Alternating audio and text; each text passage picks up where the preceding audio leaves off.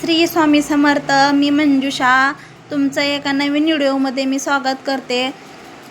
तर आज सकाळची कामाचं बी शूटिंग नाही घेतलं कारण जास्त वेळ नाही भेटत मला, कारण भाजी विकण्यासाठी जाते ना मी, त्यामुळं.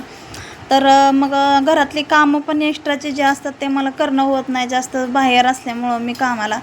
मग आज म्हटलं थोडा वेळ आहे, दुपारचं जेवण करून घेतलं सकाळचं दुपारचं, आणि दुपारी लागले कामाला. मी दुपारीच जेवते 1-1:30 वाजता. मग दुपारचे कामं म्हटलं सगळे आवरून घ्यावं. हे घरात धूळ भरपूर झालेली होती, एक्स्ट्राचे कामच करणं होत नाही मला. मग धूळ झाली, मग ती धूळ काढून घेतली, सगळे जाळ्या वगैरे काढून घेतल्या. नंतर हे मुलं, मी दुकानावर गेलं की ह्यांचं एकच काम, पसारा काढून टाकायचा आणि शाळेत निघून जायचं किंवा आराम बसायचं. सगळी खिळणी वगैरे काढून टाकायची, सोप्याची इकडं तिकडं करून टाकायची सगळं. काही नीट ठेवत नाहीत घरात, कारण लक्ष पण द्यायला कोण नसते. त्यामुळं असं आता करणारच मुलं आहेत म्हटल्यानंतर ते सगळं आवरून घेतलं.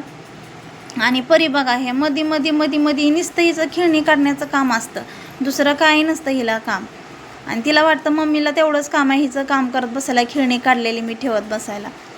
तर असं मग सगळं झाडून वगैरे काढून घेतलं, कारण धूळ फडकलेली खाली कचरा पडल्यामुळं परत अजून झाडावं लागलं मला. सकाळी एक बार झाडून काढलं होतं, पण परत अजून धूळ फटकली म्हणून अजून कचरा झाला, त्यामुळं परत झाडू मारावा लागला. नंतर दळण संपलं होतं, पीठ. एक कामं असतात का बायकांना, भरपूर कामं असतात, काय सांगायचं, खूप म्हणजे खूप कामं. तर दळण करायचं होतं, मग डबे घासून घेतले आणि मग दळण करायला लागणार होते. तर आमच्या घरात हा पोत्याचा असा काय पसारा आहे की तुम्ही बघितल्यावर म्हणचाल की ह्या काय ह्यांच्या घरात पोत्याचा पसारा आहे. तर असो, हे आपल्याला वर्षभर खायला लागते म्हटल्यावर घरात तर पसारा असणारच पोत्यांचा. आणि हा पसारा काय आपल्याला घेऊन तरी विकत खाणं थोडे हे आहे का, किती महाग आहे तुम्हाला तर माहिती आहे. पुण्यासारख्या सिटीमध्ये गहू ज्वारी किती महाग आहे. मग त्यापेक्षा गावाकडून आणलेली परवडते आपल्याला. थोडाफार पसारा दिसेल असो, पण आपल्याला विकत्रीचं घेऊन खाण्याला आणि आपलं घरातलं असणाऱ्याला खूप फरक आहे बरं का. तर मग दळण करून घेतलं. आणि हे बहिणीने दुकानावरचे आंबे फ्रूट काय दिले होते थोडे, सगळे शेप वगैरे, आंबे, डाळिंब आणि पेरू, हे सगळे फळ थोडे दिले होते. तर आपण काय विकत नाही आणलेले, तिच्या दुकानावरचे आहेत म्हणून ते देते म्हणून बरं आहे. नाहीतर 200-250 रुपये किलोने असे 8 दिवसाला 4 दिवसाला थोडे घेऊन खाणं होते आपल्याला.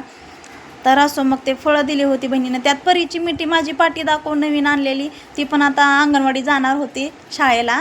मग तिची मिठी होती माझी पाटी दाखव, नाही पेन्सिल दाखव व्हिडिओमध्ये. तर मी तिची पाटी आणि पेन्सिल पण दाखवली व्हिडिओमध्ये. तर मग मॅगी, मुलांना शाळेतून भूक लागली होती, मग मॅगी करायला शिजू घातली होती. आणि तोवर म्हटलं की मुलांना आंबे चिरून द्यावे खाण्यासाठी. तर हा बघा, हा मुलगा कसा व्हिडिओ, त्याला माहिती आहे की मध्ये व्हिडिओ चालू आहे म्हणून, तो कसं नाटकं करतोय बघा.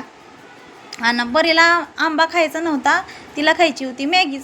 मग ती म्हणत होती आंबा खायचा नको मला मम्मी, मला मॅगीच खायची आहे. बरं ठीक आहे बाई म्हटलं. आणि आंबे पण खूप गोड होते बरं का, एकदम मस्त आंबा होता, हापूस आंबा होता, त्यामुळं खूप गोड होता आंबा तो. मी पण खाल्ला. मग नंतर मॅगी शिजलेली होती, मग आम्ही मॅगी खाऊन घेतली.